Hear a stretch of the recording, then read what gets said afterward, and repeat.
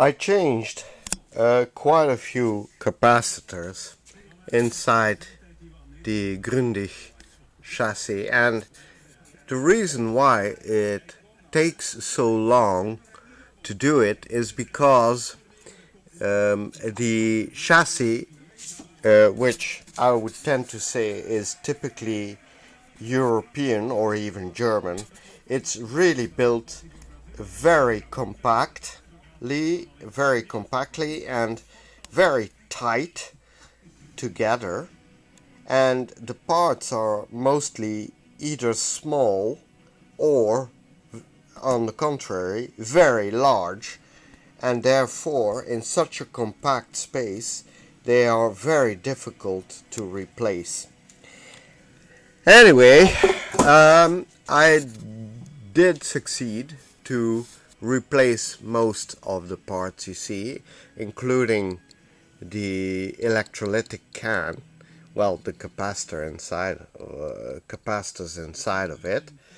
And here are all the capacitors I changed up to now. Some are normal values, like this one. This is a 10 microfarad. Let me see, 10 microfarad, and anywhere between 70 and 80 volts, so that's okay.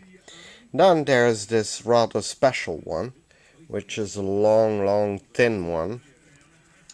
Oh yeah, the brand of most of the capacitors is Elco, and it has that little symbol you see on top of it, and I suspect this symbol is a symbol used by Siemens. I'm not sure, but it's possible. Well, this one was a rather special capacitor, as you can see, 4 microfarads, anywhere between 350 and 385 volts, polarized of course. And then we have this one, which is a, let me see, 100 microfarad, 12 to 15 volts, polarized.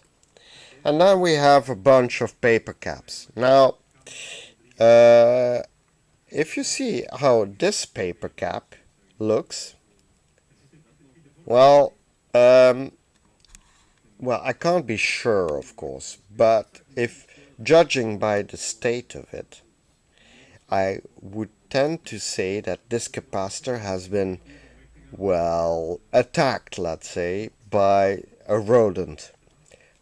Probably a mouse. It's not certain. It might have been some insect too, but we'll never know. Anyway, as you can see, this paper cap really needed changing. And then I changed a whole bunch of other capacitors, simply because when I took a good look at them, like this one, for example, well, it didn't inspire me a lot of confidence to leave it in the circuitry. So I changed this one too.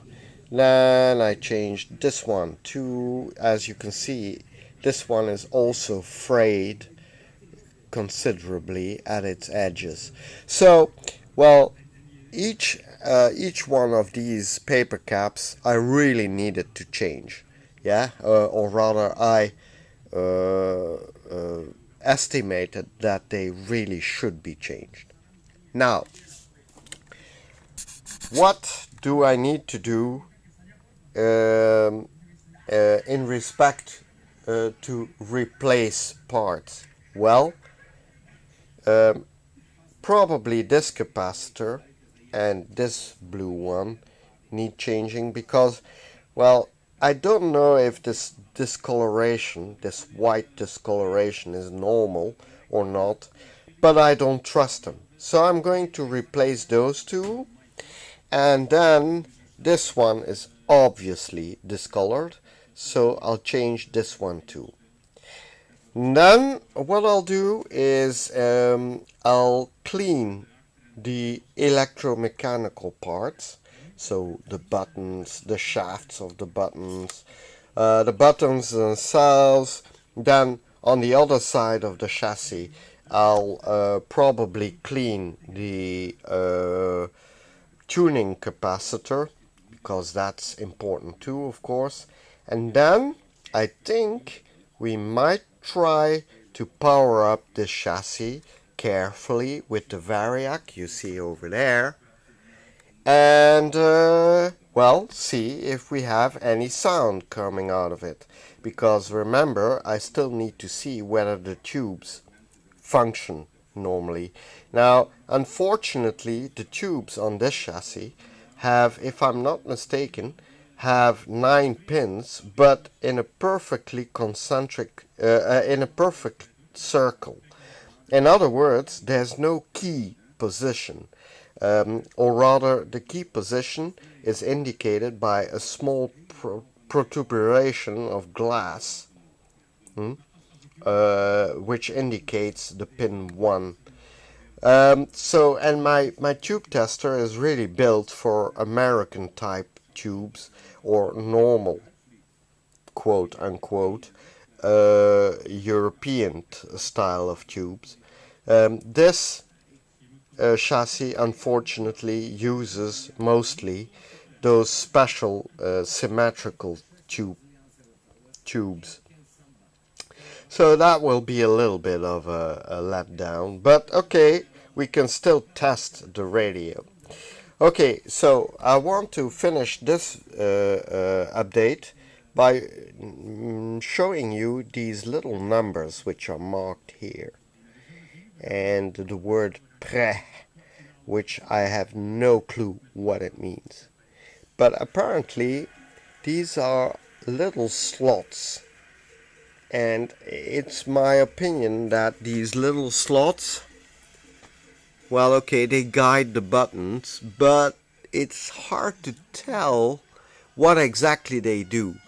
But as far as I can tell, they move tiny little mechanical switches, which you see down there. Well, we'll see.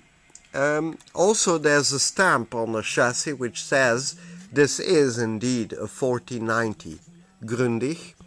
And there's a small label over there which reads, if I'm not mistaken, I-21. What it means, I don't know, but it might be some label which they put in the factory to show it passed quality control. I'm not sure, but I could stand for Inspektion in German, which means inspection. So I think that means this is the inspection label. The buttons are also part of the exterior of the radio, obviously.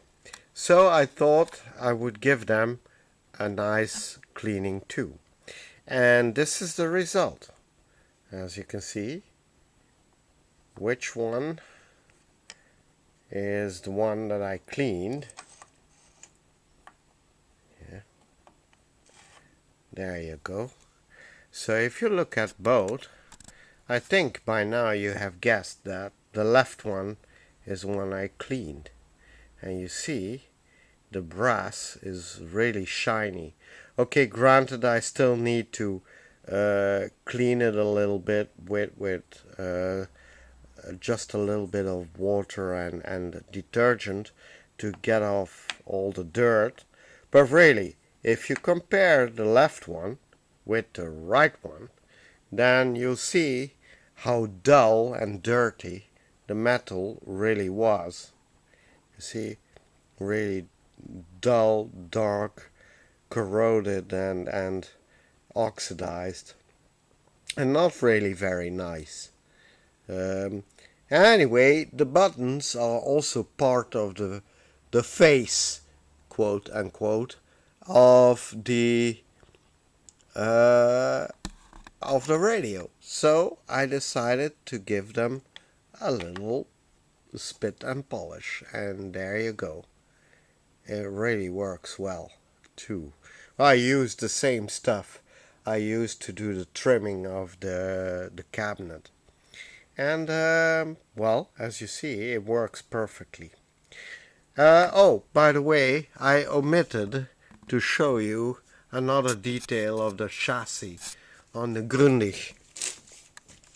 If you look at it from this position, you see in the chassis is stamped here the serial number of the chassis right here. It's a very long number, 104007818 or 819 perhaps, made in West Germany.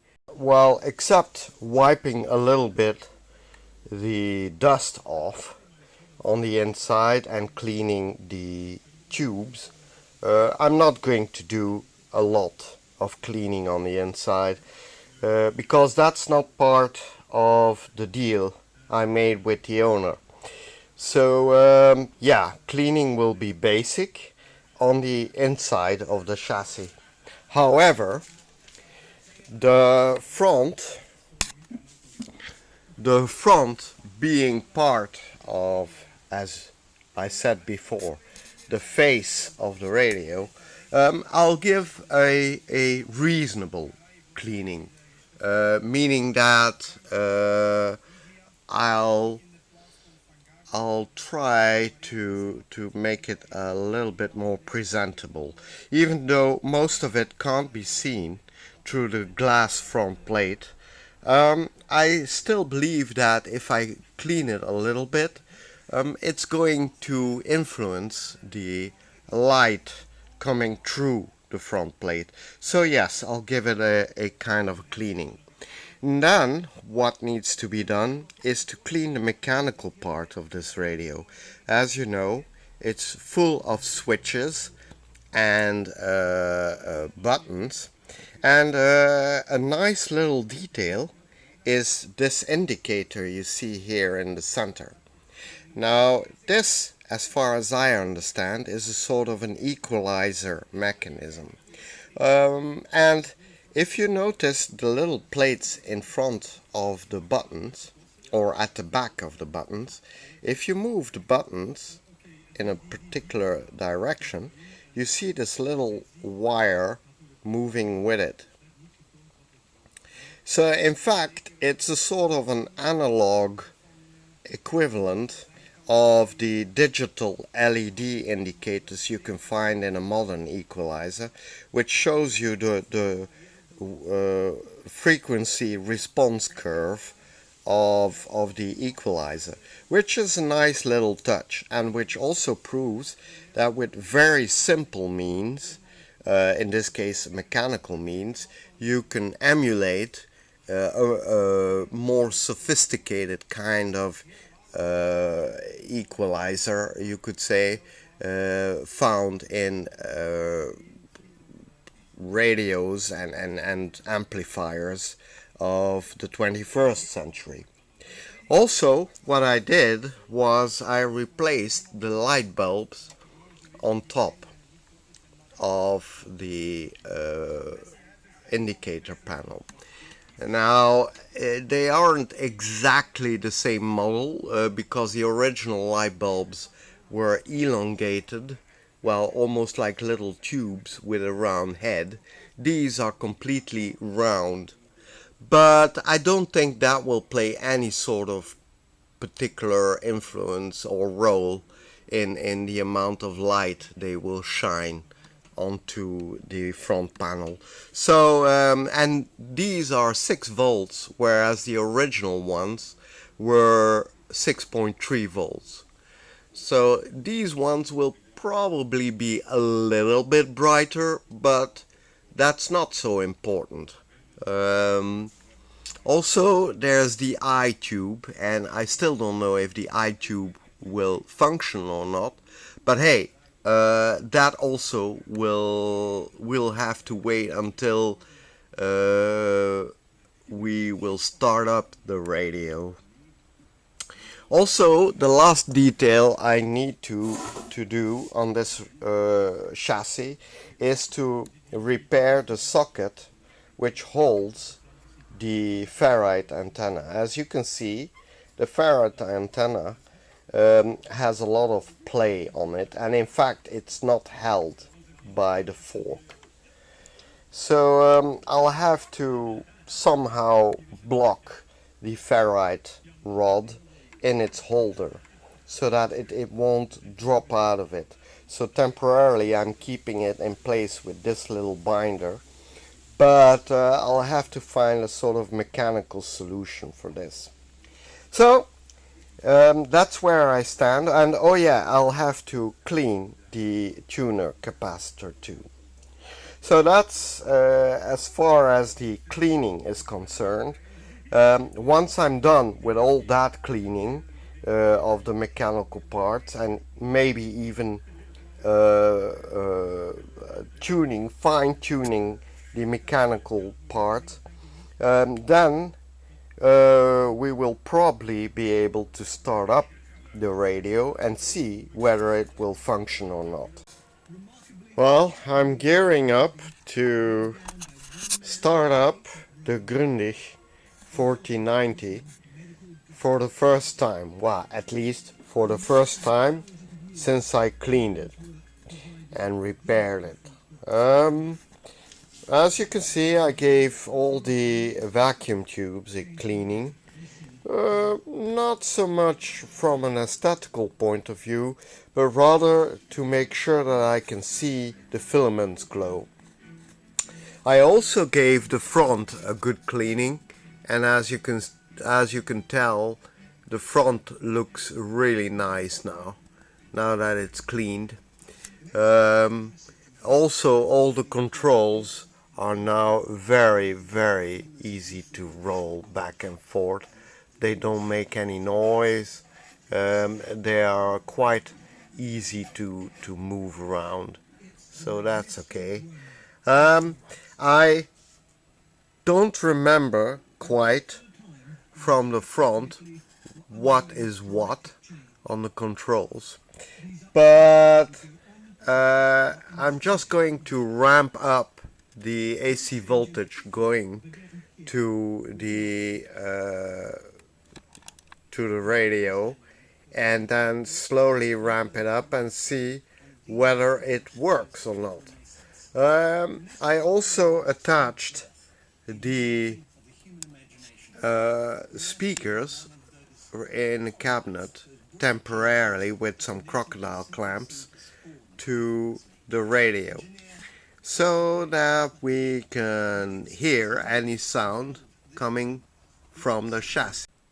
Okay, I connected up my multimeter to the B+, or rather, well, not so much to the B+, but rather to the output of the rectifier bridge.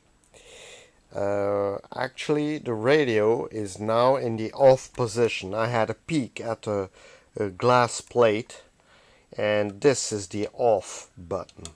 As soon as I select one of the frequencies, so this is FM, this is short wave, medium wave, long wave, and these are the tone types. Actually, this switch has no other function but to switch the radio between ferrite antenna or external antenna. I don't know in which position is which yet, but we'll hear that as soon as we start the radio up. Okay, so I'm going to ramp up now the AC voltage. So let's go ahead and do just that. And I'll go about 1/4 of the voltage, somewhere there. Okay, so now let's have a look. I'm going to start with AM, or medium wave, which is this button. I'm sorry for the camera, but it seems to have a little bit of trouble to focus. Okay, here we go. Yeah, okay. The 3 light bulbs light up, so that's a good sign. And the output voltage of the rectifier bridge says 92 volts. Now let's have a look at the filaments. Nah, I don't know if the filaments are glowing. Okay, so I switched on the radio, and as you can, I switched on the radio, as you can see from the front panel light, but I don't see any filaments glow, and that is a little bit annoying. I see absolutely no filaments glow, but it's possible that the filaments don't get enough juice, so to speak, to burn or to glow. So let me turn up the voltage a little bit more. Okay, let's see. I'm going to ramp it up another good bit.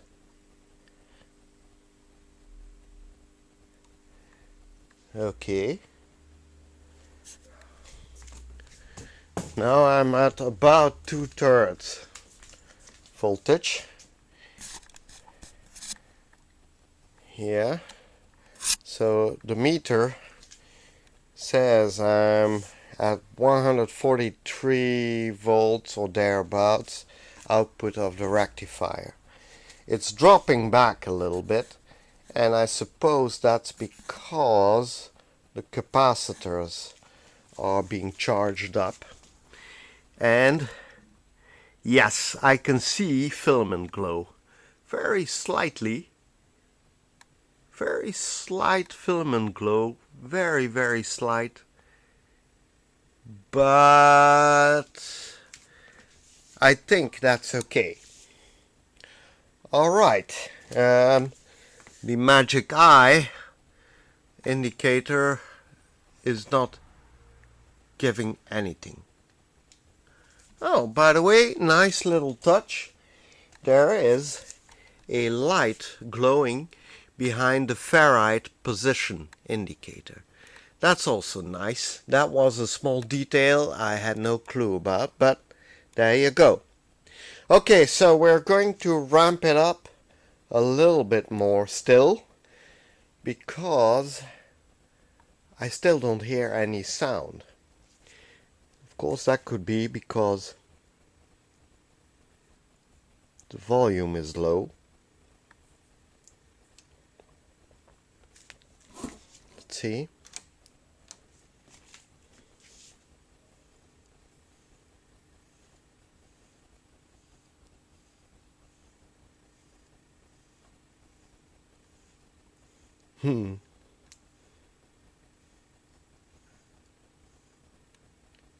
No sound.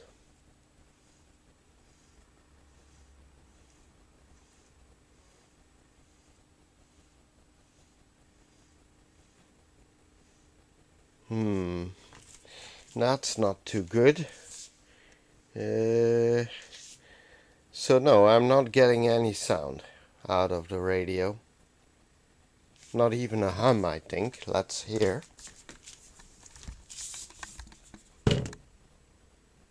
No, I can't even hear a hum coming from the radio. So, well, let's move the voltage up a notch and see.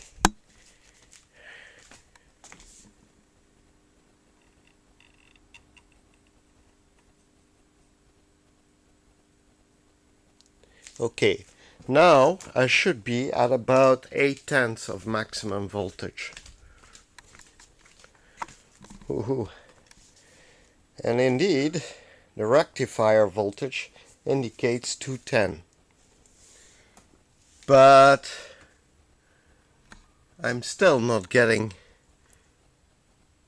any sound from the radio. Hmm.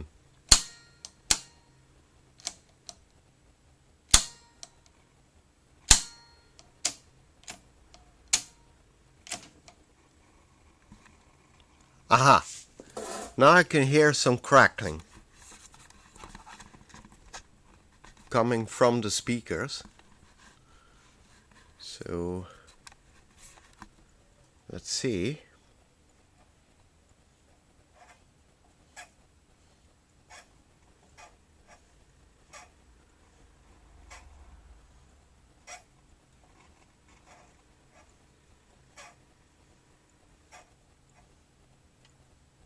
No, nothing.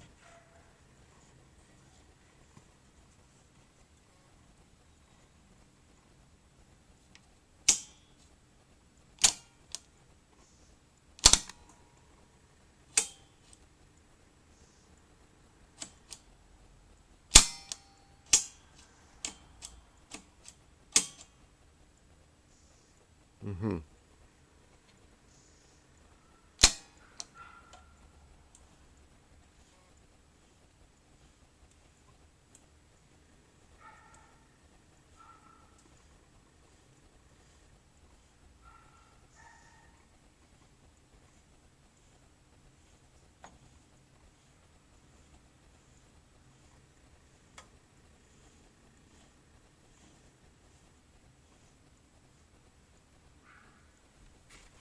No, no sound.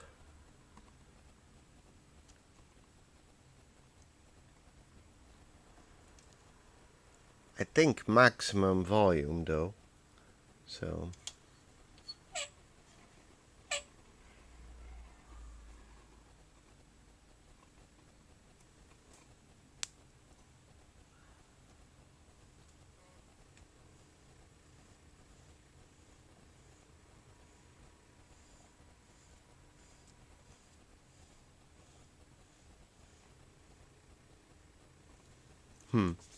there's no smoke or no enormous heat or anything or radiating from the radio, and the output of the rectifier bridge measures 208 volts. Okay, so let's ramp it up a little bit more. Okay, there we go.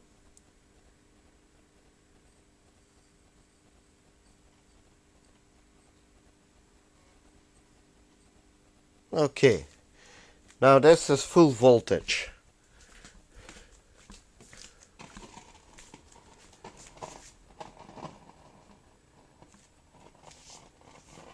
Okay, now the crackling from the speakers is quite a bit louder.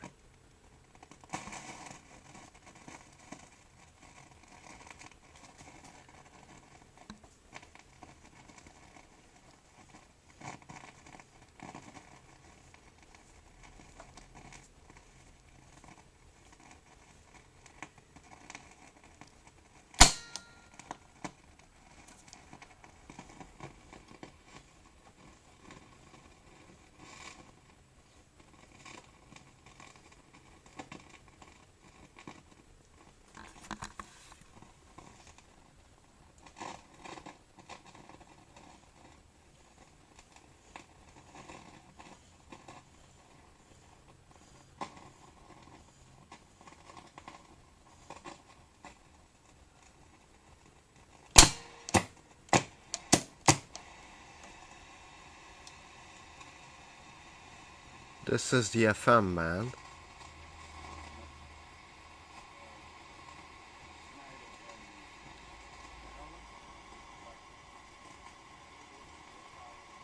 Yes, I can hear.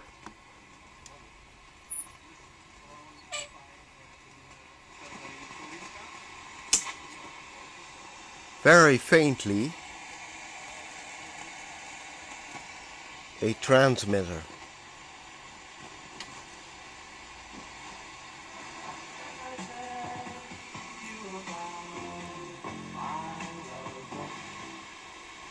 Yes.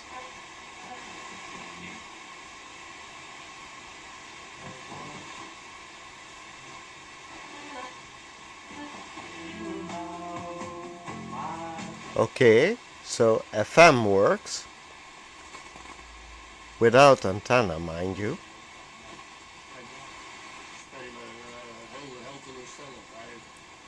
Yeah.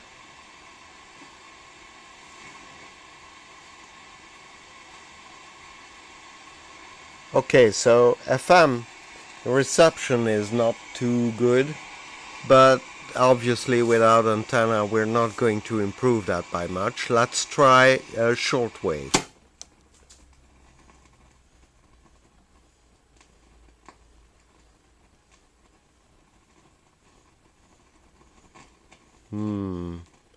Not too much either. But hey, well, you know, still. AM band. Yes! There we go.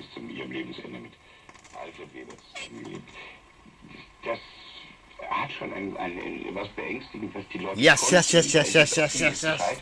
Yes!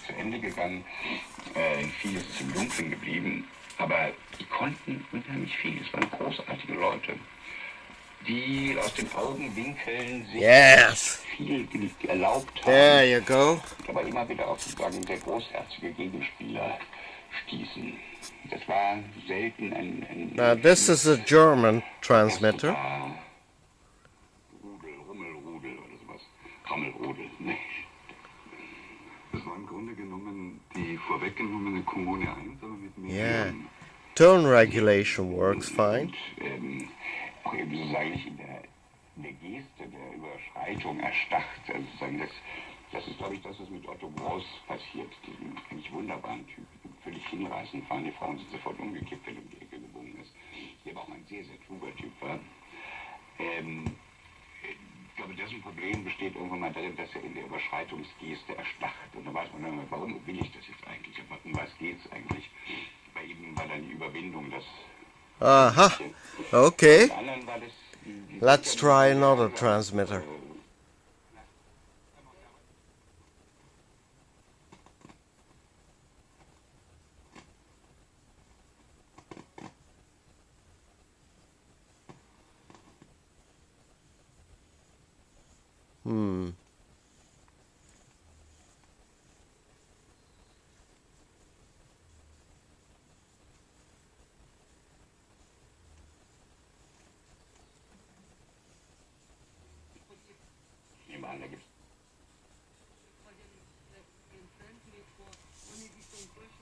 Yes, there's another transmitter. That one is a French one.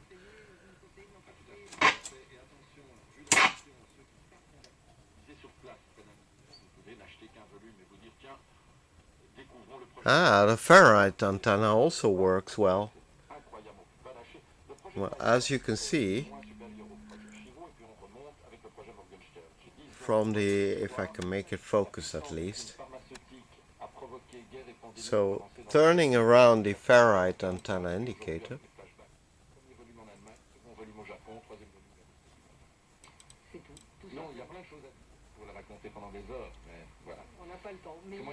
So the ferrite antenna indicator also does what it needs to do.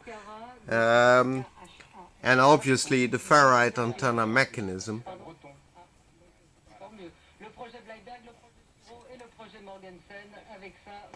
works perfect.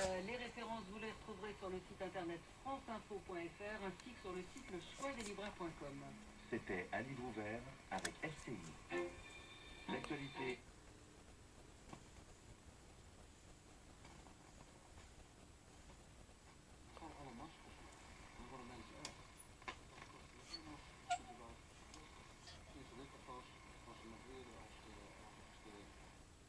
That was a Dutch one.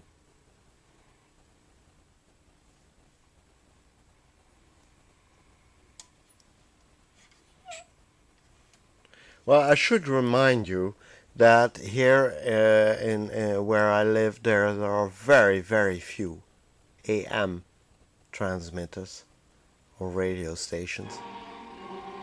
Ah, there you go.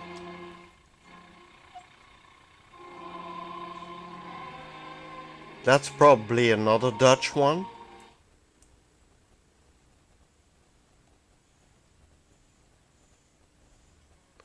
Yeah, there are very few transmitters in the neighborhood, but okay, so most of them seem to work.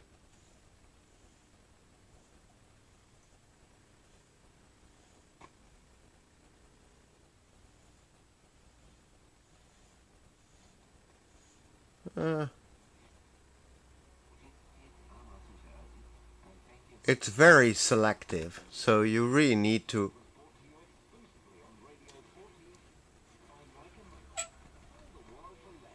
Aha, that's a British radio.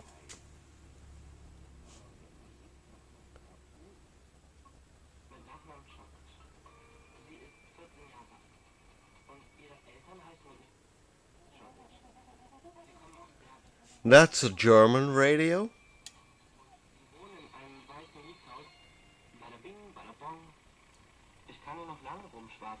Okay. So AM band works. Now let's try the long wave band.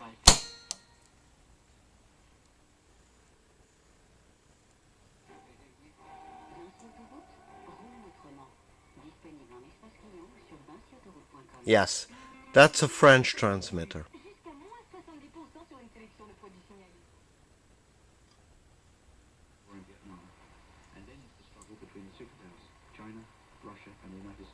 A British transmitter.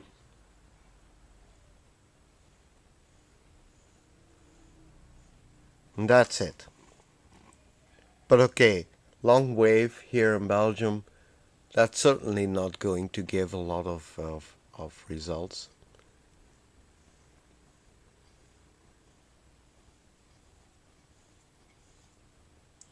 It's incredibly sensitive though.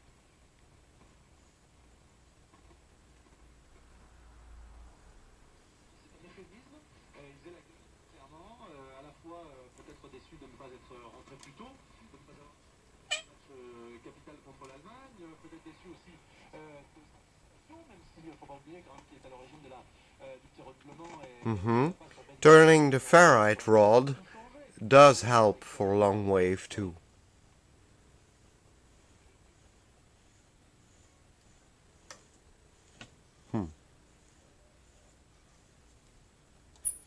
But it's incredibly sensitive to the position of the ferrite rod. Okay, so basically it all seems to work. The output voltage of the rectifier bridge indicates 266 volts or 265. So what I'm going to do next is attach a temporary antenna to the radio and see whether I can improve reception. Okay, this is with an antenna. This is FM.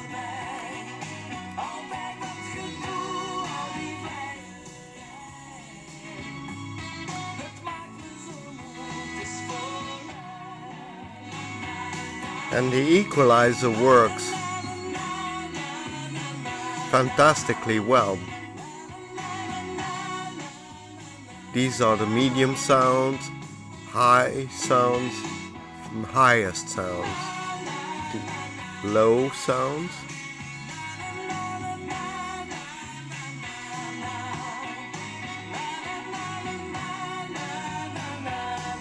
The Magic Eye works, but it's incredibly faint.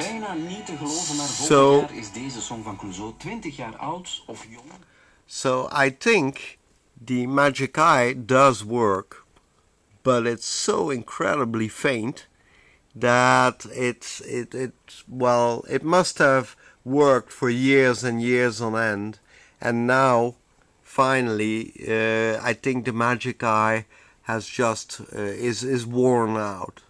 So probably that will need replacing, but since that's not part of the deal, well, that will depend on what the owner decides.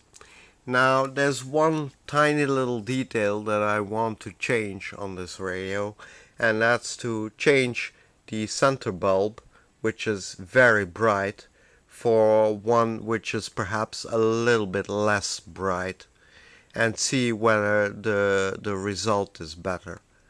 So that's it for now. I think I'll leave you with a final sound demo.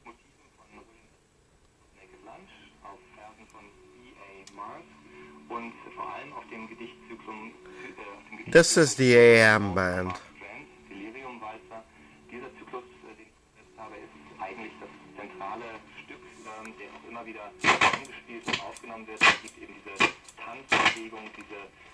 Immer wieder tauchen neue Personen auf, immer wieder wird eine neue Art des Lebens angespielt und das ist eigentlich der Text, auf dem das Ganze beruht. Die Texte sind aber grundsätzlich ungefähr, machen die 20-25% des Hörspieltexts aus, also diese angespielten... Well, there's a little bit too little light for my camera to focus, but as you can see, or rather as you can hear, tuning the position of the ferrite antenna does indeed have an important result or effect on the reception on the AM band. And there you have it, the radio all finished and mounted back into its original case.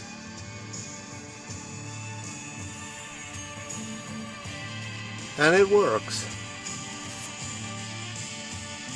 Well, this concludes the series on the Grundig 4090 or the Grundig 4090. I hope you enjoyed the series, and well, stay tuned for other updates on other projects. There's one coming soon. Bye bye. Well, I didn't want to finish the series without without abstaining you from a nice overall view of the Grundig 4090. So I'm just going to give you an overlook of it from all sides.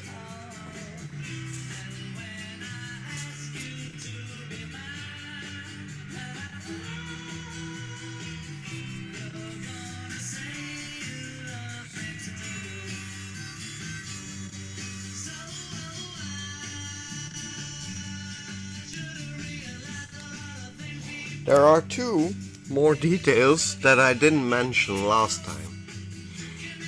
Here, above this connector, is written Ferndirigent, and I suspect this connector was meant to connect to a sort of a remote control. I don't have the remote control, and neither does the owner, but it must be possible. This, however, I don't know what it is. It says Hi-Fi Strahler, which means literally Hi-Fi beamer. Now, whether it means that it can radio transmit the sound to another radio or something like that, I don't know. But it's probably worth looking it up. And well, if any of you have an idea what it means, well, just let me know, because I'm curious. Okay, this is the speaker output, this one, and it says 5 ohms, not the usual 8 or 4 ohms. And then there's this connector. This is a DIN connector, and it says pin 1, which is this one, is recording, pin 2 is mass, and pin 3 Wiedergabe means output. And above it says Tonbandgerät, which means tape recorder. So you could connect it to a tape recorder. And then this is the universal symbol for pickup. So I suppose you can connect up a pickup to this. By the way, pickup in German apparently is Tonabnehmer. Okay, so I also connected up the internal FM antenna to the radio, so as to not have to force the owner to find another connection for it. Okay, so that was the back.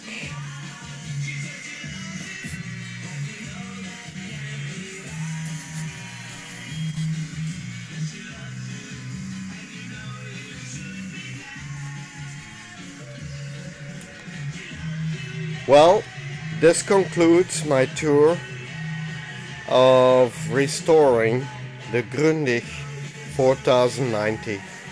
Thanks again for watching and stay tuned.